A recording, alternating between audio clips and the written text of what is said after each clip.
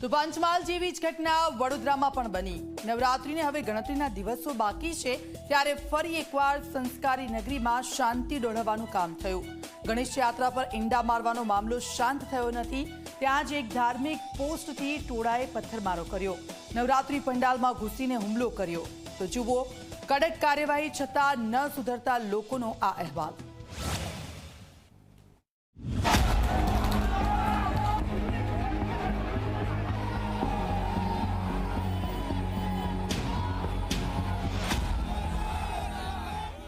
વડોદરા સંસ્કારી નગરીને અસંસ્કારી બનાવવાના પ્રયાસો સતત થઈ રહ્યા છે। ગણેશ યાત્રામાં ઈંડા ફેંકવાની ઘટના હજુ ઠંડી પડી નથી, ત્યાં જૂની ગઢી વિસ્તારમાં એક ટોળાએ આખો વિસ્તાર બાનમાં લીધો।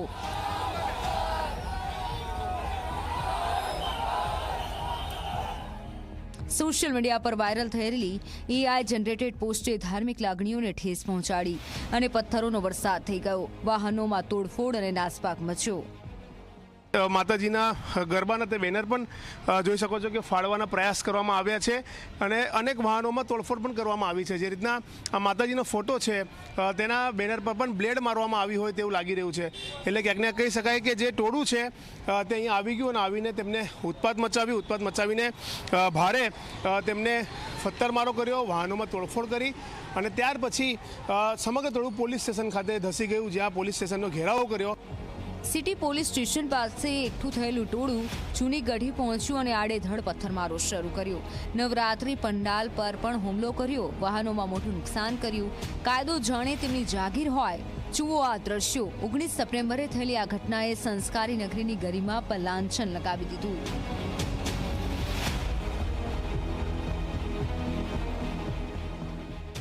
આક્રોશ તો દેખીતું છે, આક્રોશ તો રહેવાનો જ છે, કારણ કે મક્કા મદીના એ અમારા માટે સૌથી પાક જગ્યા છે અને રિસ્પેક્ટેડ છે।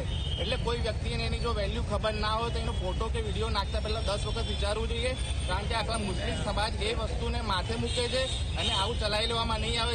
આ પહેલા જ્યારે ગણપતિ સ્ટાર્ટ થયા ત્યારે પેલા ઈંડા મારવાની મેટર હતી, ત્યાંથી લોકોનું બધું ચાલતું જ હતું કે કેવી રીતે આ લોકોને હિન્દુઓને દબડાવવા, કારણ કે અમારો મુલ્લો ચારે બાજુથી ઘેરાયેલો છે તો આ લોકોને દબડાવવા, આ લોકોનું ઘર આ લોકો અહીંથી ખાલી કરીને જતા રહે એટલે અમારું થઈ જાય। જેવું તાંદલ જ્યાં બનાવ્યું લોકો એવું આ પાનીગેટ વિસ્તાર બનાવવા માંગે છે લોકો। સોશિયલ મીડિયા પર એઆઈ બેઝ પોસ્ટે લઘુમતી સમાજની લાગણીઓને ઠેસ પહોંચાડી, રોષ ભભૂક્યો, પરંતુ જૂની ગઢીના નાગરિકો કહે છે કે અમે વિવાદથી અજાણ, પોલીસ કાર્યવાહી કેમ ન કરી। આ તોફાનીઓએ શહેરને શર્મસાર કર્યું છે। આ હિન્દુઓને ડરાવવાનો પ્લાનિંગ છે કે હિન્દુ પબ્લિક અહીંથી પલાયન કરીને જાય, ભયભીત કરવાનું, એમને આવતા જતા આંખો કાઢવાની, વહેલી તકે અહીંથી ખાલી કરીને જાય, એનું આ ષડયંત્ર છે આ બધું। આ બધા માણસો અહીંના કોઈ નહોતું, લોકલ બીજા બહારથી બોલાયેલા માણસો અહીંયા જે ટોળું આવ્યું હતું, 50% લોકો મુસ્લિમ જે હતા એ બહારથી આવેલા હતા। શું કર્યું એમને અહીંયા આવીને ઘરના બારી બારના તોડ્યા, પથ્થરમારો કર્યો।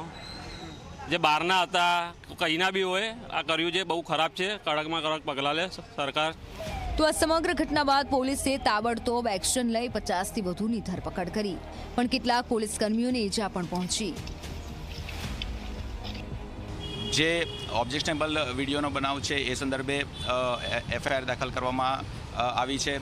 જે રાયોટિંગનો બનાવ બનેલ છે એ સંદર્ભે પણ કાયદેસરની કાર્યવાહી કરીને એફઆઈઆર દાખલ કરવામાં આવી રહી છે અને અત્યાર સુધીમાં કુલ 50થી વધુ લોકોને ડિટેન કરવામાં આવેલ છે। આજે પણ પોલીસ વાહનોનો ઘેરાવ કરવામાં આવ્યો, ત્યારે તોફાનીઓ સુધરવાનું નામ નથી લેતા। વારંવારના ચમકલાઓથી વડોદરાની શાંતિ ખતરામાં છે। કડક કાર્યવાહી અને તોફાનીઓમાં દાખલો બેસે તેવી કાર્યવાહી ક્યારે થશે તે એક મોટો સવાલ છે। જો તંત્ર વહેલી તકે નહીં જાગે તો સંસ્કારી નગરી અસંસ્કારી બની જશે। રવિ અગ્રવાલ, ઝી મીડિયા, વડોદરા।